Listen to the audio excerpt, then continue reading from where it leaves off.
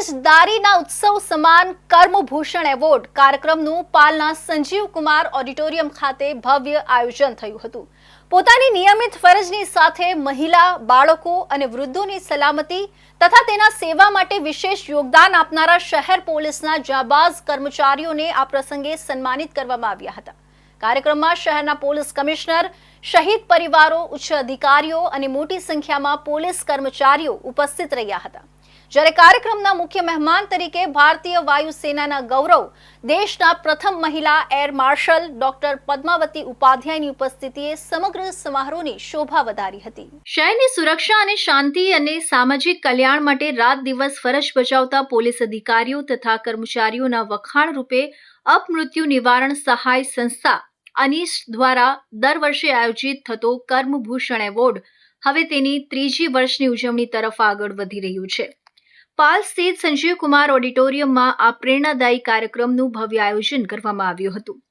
આ વર્ષે કાર્યક્રમમાં ખાસ કરીને મહિલાઓ, બાળકો, વૃદ્ધો તથા સમાજના નબળા વર્ગો માટે અનન્ય યોગદાન આપતા સુરત સિટી પોલીસના બહાદુર અને સંવેદનશીલ કર્મચારીઓને સન્માનિત કરવામાં આવ્યા હતા। કાર્યક્રમનું મુખ્ય આકર્ષણ રહ્યા veteran air marshal doctor Padmavati Bandopadhyay, PVSM, AVSM, VSM Padmashri, ભારતીય વાયુસેનાની પ્રથમ મહિલા એર માર્શલ અને દેશની સૈનિક ઇતિહાસમાં ગૌરવપૂર્ણ પાના લખનારી પ્રેરણાદાયી વ્યક્તિ મંચ પર તેમની ઉપસ્થિતિએ સમગ્ર કાર્યક્રમને ગૌરવ અને ઉર્જાથી ભરપૂર બનાવી દીધો।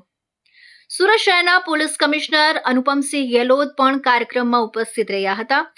અનુપમસિંહ ગેહલોતના સંવેદનશીલ નેતૃત્વ હેઠળ સુરત પોલીસે છેલ્લા સમયમાં ક્રાઇમ નિયંત્રણ, ટેકનોલોજી આધારિત પેટ્રોલિંગ, મહિલા સુરક્ષા અને સોશિયલ સેવામાં ઉદાહરણરૂપ કામગીરી કરી છે, જેની પ્રશંસાને પણ મંચ પરથી પ્રતિષ્ઠિત મહાનુભાવોએ ઉજાગર કરી હતી। પહેલા તો અભિનંદન આપવા માંગીશ કે આજે આપણા સુરત શહેરમાં સંજીવ કુમાર ઓડિટોરિયમમાં કર્મભૂષણ એવોર્ડ એનું આયોજન થયું છે। કર્મભૂષણ એવોર્ડ એવા પોલીસ કર્મીઓને આપવામાં આવે છે કે જે મહિલા, બાળક અને પરિવાર માટે તેમજ વૃદ્ધો માટે કંઈક ફરજથી પણ વિશિષ્ટ કાર્ય કર્યું હોય અને એ લોકોનું અમે બિલકુલ મંગાવીએ છીએ કે એ લોકોએ કઈ પ્રકારના કાર્ય કર્યા અને આપણા શહેરના 7 એવા શ્રેષ્ઠ જ્યુરી મેમ્બરોએ આની ચકાસણી કરી અને પોતે એમાંથી માર્ક આપી અને એમાંથી સિલેક્ટ કર્યા છે। એ લોકોને એવોર્ડ મળવાના છે અને આ માટે સુરત શહેર પોલીસે સંપૂર્ણ સહકાર આપી અને તેઓ પણ અમારી સાથે ખડે પગે રહ્યા છે। એ માટે હું સુરત શહેર પોલીસ કમિશનર CP સર સાહેબ અનુપમસિંહ ગેહલોત સાહેબનો પણ આભાર માનું છું।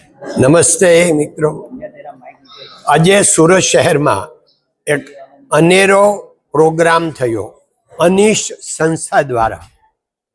અનીશ એટલે અપમૃત્યુ નિવારણ સહાય અને આ સંસ્થા ઘણા સમયથી આપણા સુરત શહેરની ચિંતા કરે છે અને સાથે સાથે જે પોલીસ આપણા રક્ષક છે સુરતના એનું દર વર્ષે સન્માન કરે છે કે જેણે સારું કામ કર્યું હોય।